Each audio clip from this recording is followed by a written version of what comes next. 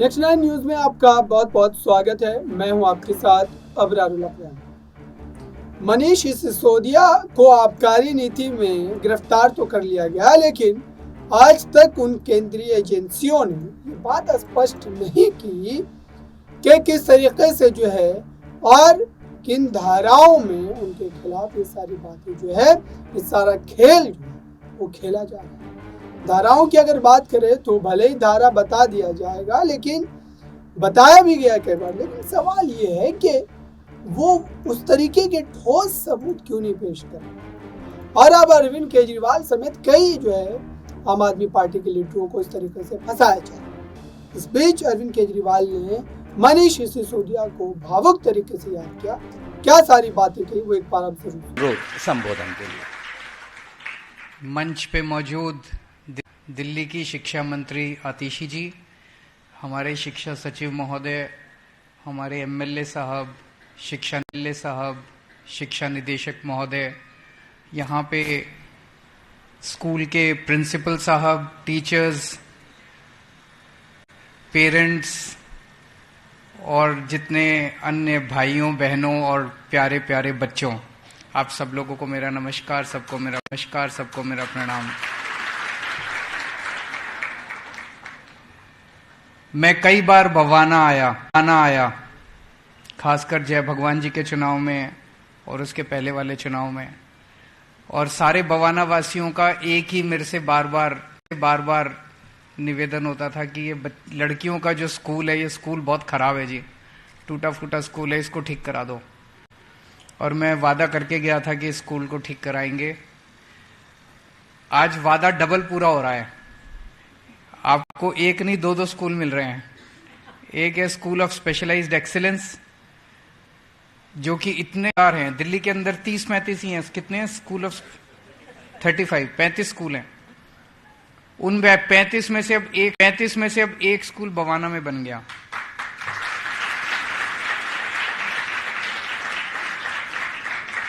इस school of specialised excellence में admission लेने के लिए मार होती है। मेरे ख्याल से 1 लाख बच्चे बैठते हैं और कुछ चंद हजार बच्चों का एडमिशन होता है इस स्कूल में। वो एक स्कूल, इतना शानदार स्कूल, जिसमें प्राइवेट स्कूल, बड़े बड़े प्राइवेट नाम कटा के बच्चे इसमें आते हैं, वो आपके बवाना में बन गया। और दूसरा जो लड़कियों वाला स्कूल था, लगभग 850 बच्चियां पढ़ती हैं, जो टूटी फूटी बिल्डिंग थी। अब वो थोड़े दिन इसी बिल्डिंग से चलेगा, फिर जो सड़क के उस 5 एकड़ जमीन है, वहां पे आप लोगों के लिए एक शानदार स्कूल लड़कियों का वहां पे भी बनाया जा रहा है।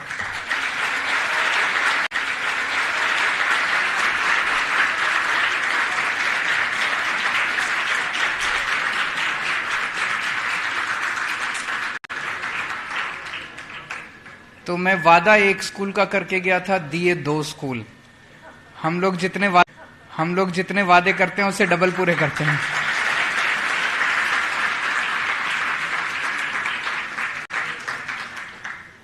मुझे आज बेहद खुशी है। मैं अभी पूरा स्कूल घूम के आया। इतना शानदार स्कूल, क्या लाइब्रेरी है, देखिए आप लोगों ने बच्चों। मैं हमेशा कहता था कि मेरे को इस देश ने बहुत कुछ दिया है। मैं अच्छे स्कूल में पढ़ा, अच्छे कॉलेज में गया, आईआईटी खड़गपुर में गया। आईआईटी खड़गपुर में जब मैं पढ़ता था, मेरी 32 रुपए ट्यूशन फीस होती थी महीने की। उन दिनों में 32 रुपए तो कुछ भी नहीं होते।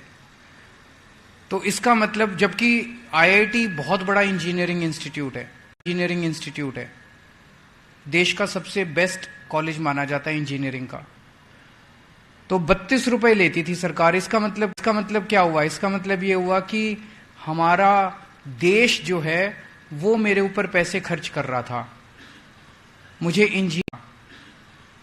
इंजीनियर बनाने के लिए देश ने पैसे खर्च किए। आज मेरा फर्ज बनता है और मैंने ठाना है कि जो इतनी अच्छी शिक्षा देश ने मेरे को दी, उससे भी अच्छी शिक्षा मैं अपने बच्चों को दूं। अपने दिल्ली के बच्चों को जैसी शिक्षा मेरे को मिली, उससे ज्यादा अच्छी शिक्षा मैं बच्चों को दूं, तो मैं आज आपको पूरी विश्वास के साथ बता रहा हूं कि जैसे स्कूल में मैं पढ़ा था, मैं हिसार में पढ़ा था, हिसार में जिस स्कूल में पढ़ा था वो सबसे अच्छा स्कूल था हिसार का, सबसे अच्छा स्कूल था हिसार का।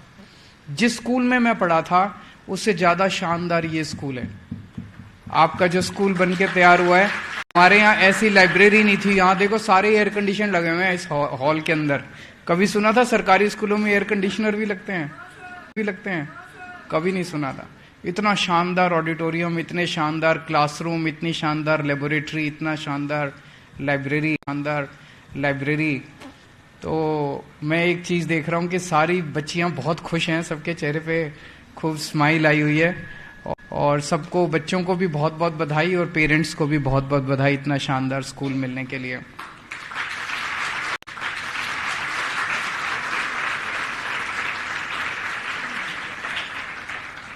मैंने कई देशों को स्टडी किया। हमारा देश आजाद होने के बाद कई देश हैं जो हमारे बाद आजाद हुए। जैसे सिंगापुर है, सिंगापुर 60s में आजाद हुआ, लेकिन आज हमसे आगे बढ़ गया। क्यों बढ़ गया? सिंगापुर में सबसे ज्यादा उन्होंने महत्व दिया शिक्षा को। बाकी सारी चीजें उन्होंने कहा कि बाकी सारी चीजें हो जाएंगी, सड़कें भी बन जाएंगी, पुल भी बन जाएंगे, सब हो जाएगा। अगर हमने अपने बच्चों को पढ़ा दिया तो एक पीढ़ी के अंदर देश से गरीबी दूर हो सकती है। कैसे? जब हम अपने बच्चों को अच्छी शिक्षा देते हैं। मैंने कई सारे उदाहरण देखे हैं पिछले कुछ सालों के, जब से दिल्ली में आम आदमी पार्टी की सरकार बनी, हमने शिक्षा पे ध्यान देना चालू किया। कई ऐसे बच्चे हैं जो स्कूल से निकले, कोई इंजीनियर बन रहा है, कोई डॉक्टर बन रहा है। जब शिक्षा खराब थी, सरकारी स्कूलों का बुरा हाल था, पढ़ाई होती नहीं थी और गरीब का बच्चा गरीब रह जाता था। बड़े बड़े स्कूलों में अमीर अपने बच्चों को भेजते थे, अमीर का बच्चा फिर अमीर बन जाता था।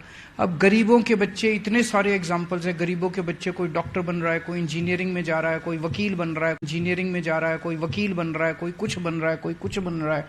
इतने, तो सोच के देखो, एक बच्चा जो सरकारी स्कूल से निकल के, जैसे एक प्लम्बर है, मैं देख रहा था, वो बेचारा 8,000 रुपये महीना कमाता है। उसका बेटा सरकारी स्कूल से निकल के पढ़ाई करके और उसका कंप्यूटर साइंस में एडमिशन हो गया एक IIT में, जहां से मैं पढ़ा हूं, वहीं पे उसका एडमिशन हो गया IIT में, कंप्यूटर साइंस में। अब जब उसका बच्चा निकल के जाएगा, स्कूल से निकलेगा, तो उसको कम से कम 2.5-3 लाख रुपए महीने की तनख्वाह मिलेगी। उसके पिताजी 8,000 रुपए कमाते हैं और उसको मिलेगी 2.5-3 लाख रुपए महीने की तनख्वाह। तो एक बच्चे का तो परिवार की गरीबी दूर हो गई, हुई कि नहीं हुई? ऐसे अगर हमने सारे बच्चों को अच्छी शिक्षा दे दी तो एक पीढ़ी के अंदर जब ये बच्चे बड़े होंगे तो ये अपने अपने माँ बाप की, अपने अपने परिवार की गरीबी दूर कर देंगे।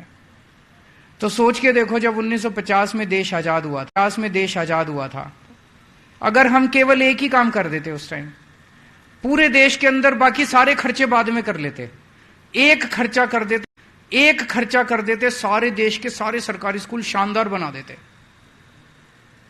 मुझे लगता है आते आते 1970 तक, अगर 1950 में ये कर दे, 1970 तक इस देश से गरीबी दूर हो जाती। बाकी तो ये बच्चे बड़े होकर अपने आप पुल बना लेंगे, अपने आप ये रेलवे भी बना लेंगे, सारी चीजें कर लेंगे ये बच्चे। अगर हमारे देश के बच्चों के ऊपर हम, कई सरकारें कहती हैं ये कहां से लाएं, इतना पैसा खर्चना पड़ेगा। अरे पैसा तो सबके पास है, ये डिसाइड करना है कि खर्चा किस चीज पे करना है। कोई हमारे पास ज्यादा पैसा थोड़ी है दिल्ली में, दिल्ली सरकार के पास भी उतना ही पैसा है जितना बाकी सरकारों के पास है। हमारा मन ये कहता है, हमारा दिल ये कहता है कि अगर शिक्षा में हमने पैसा खर्च कर दिया तो एक पीढ़ी के अंदर, कम से कम 10 से 15 साल के अंदर इस देश की गरीबी दूर हो सकती है। तो आपने सुना जिस तरीके से उन्होंने अपने बयानों के जरिए तमाम बातें कही है, यही लगता है कि उनकी गिरफ्तारी के बाद आम आदमी पार्टी फिर से एक नए जो है सिरे से राजनीतिक रूप से मनीष सिसोदिया को जो है प्रमोट करें। फिलहाल इस खास रिपोर्ट में बस इतना ही। देखते रहिए ताज़ा तरीन खबरों के लिए नेक्स्ट 9 न्यूज़ को। धन्यवाद।